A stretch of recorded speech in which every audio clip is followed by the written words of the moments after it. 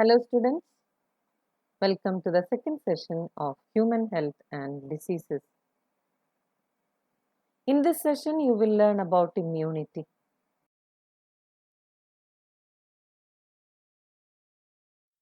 Every day we are exposed to various types of infectious agents. However, only a few of these exposures result in disease. This is due to the fact that the body is able to defend itself from most of these foreign agents. This overall ability of the host to fight the disease-causing microbes conferred by immune system is called immunity. Immunity is of two types, innate immunity and acquired immunity or adaptive immunity. Acquired immunity is of two types, passive immunity and active immunity. We will discuss about this in detail in the next slides.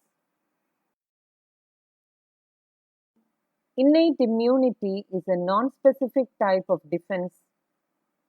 It is present at the time of birth and is inherited from parents. It is accomplished by providing different types of barriers to entry of foreign agents. They are of four types.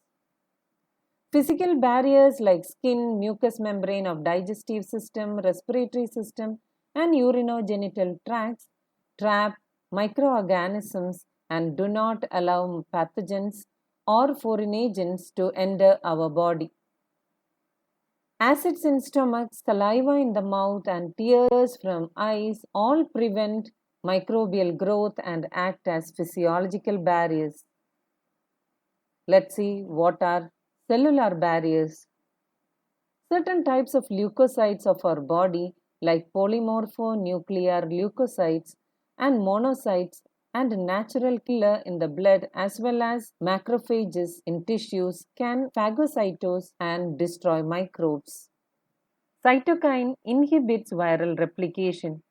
They form an innate immune system by forming physical barriers. Virus-infected cells secrete proteins called interferons which protect non-infected cells from further viral infection. Is a cytokine barrier.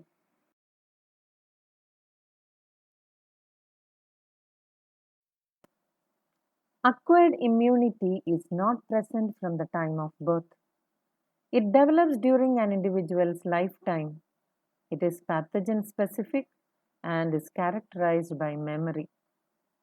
Let's see how acquired immunity is developed in our body.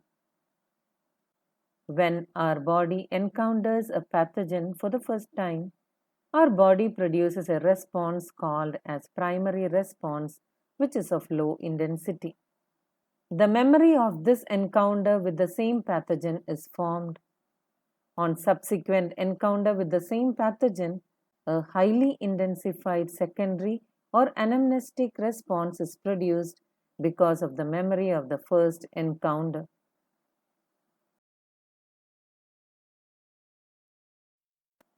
The primary and secondary immune responses are carried out with the help of two special type of lymphocytes present in the blood called as B lymphocytes or B cells and T lymphocytes. B lymphocytes or B cells produce an army of proteins called antibodies in the blood in response to pathogens, while T lymphocytes do not produce antibodies but help B cells to produce antibodies.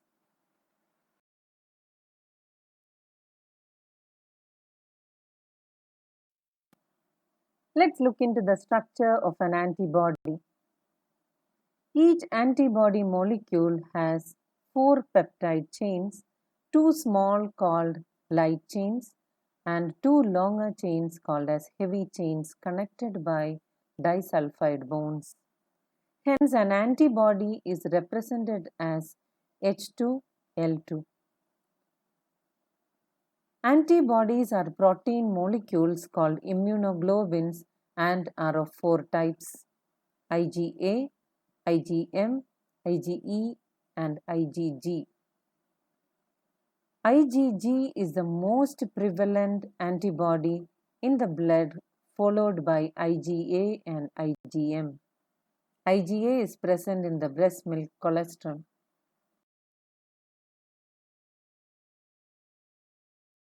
There are two types of immune responses. The first one is humoral immune response or antibody mediated immunity, which is mediated by the antibodies present in the blood and lymph. The second one is cell mediated immune response or cell mediated immunity, which is mediated by T lymphocytes.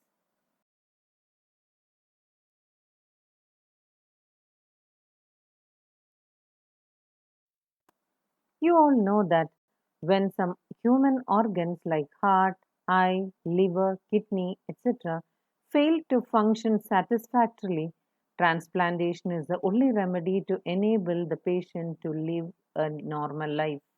Then a search begins for a suitable donor.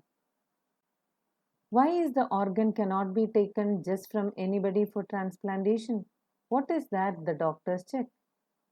Tissue matching and blood group matching are essential before undertaking any graft or transplant, and even after transplantation, the patient has to take immunosuppressants all throughout his life. The body is able to differentiate self and non self, and the cell mediated immune response is responsible for the graft rejection.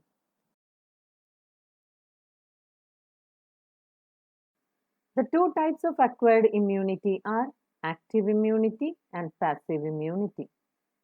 Active immunity is developed due to the contact with pathogens or its antigens that leads to the production of antibodies in the host body.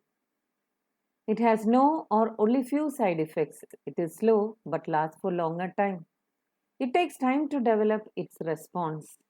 Injecting microbes deliberately during immunization or infectious organisms entering the body induce active immunity.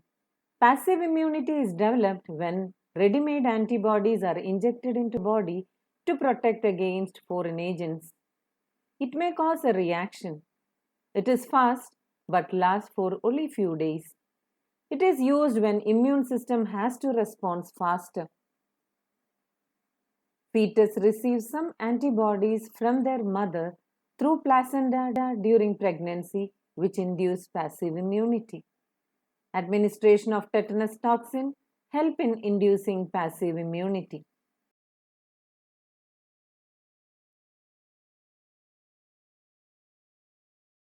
We all have taken various types of vaccination. What is vaccination? It is the introduction of weakened or inactivated pathogens or proteins into a person to provide protection against a disease.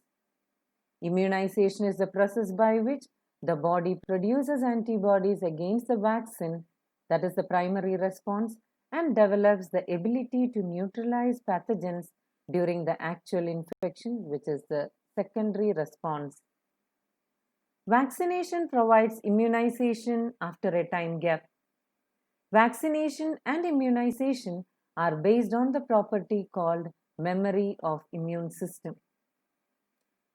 The vaccines also generate memory B cells and T cells that recognize the pathogen quickly on subsequent exposure and overwhelm the invaders with a massive production of antibodies.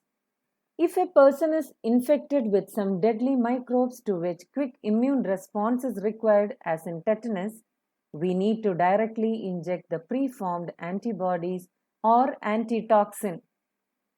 Even in case of snake bites, the injection is given to the patients contain preformed antibodies against snake venom. This type of immunization is called as passive immunization. Recombinant DNA technology has allowed the production of antigenic polypeptides of pathogen in bacteria or yeast.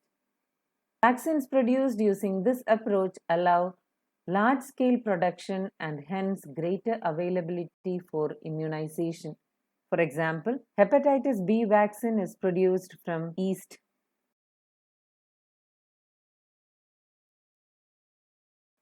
We have heard about allergy, and some of you have experienced also.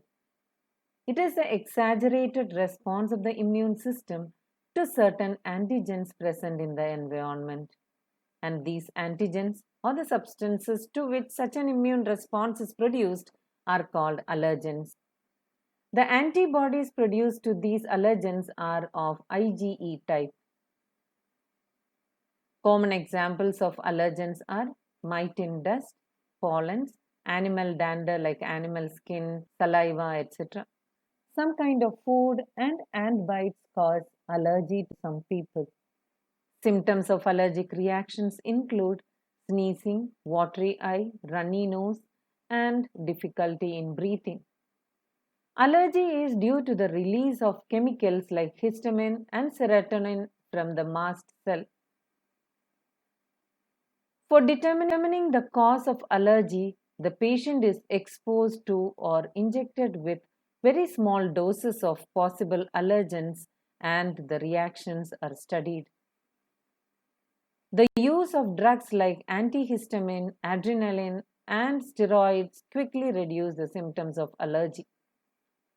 Somehow, modern lifestyle has resulted in lowering the immunity and more sensitivity to allergens. More and more children in metro cities of India suffer from allergies and asthma due to sensitivity to the environment.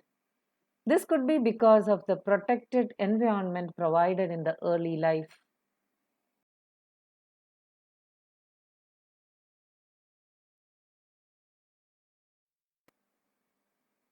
Higher vertebrates have an ability to differentiate foreign organisms from self cells. Due to some genetic and other unknown reasons, the body attacks self cells.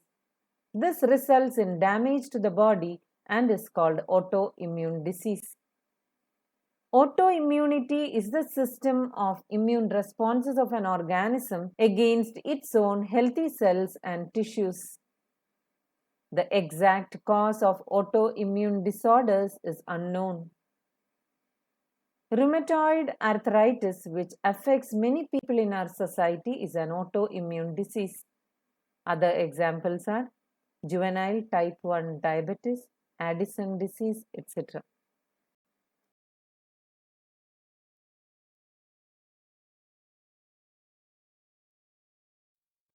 In this session, you have learned about the importance of immunity to protect ourselves from diseases. With this, we come to the end of this session. Thank you and have a nice time.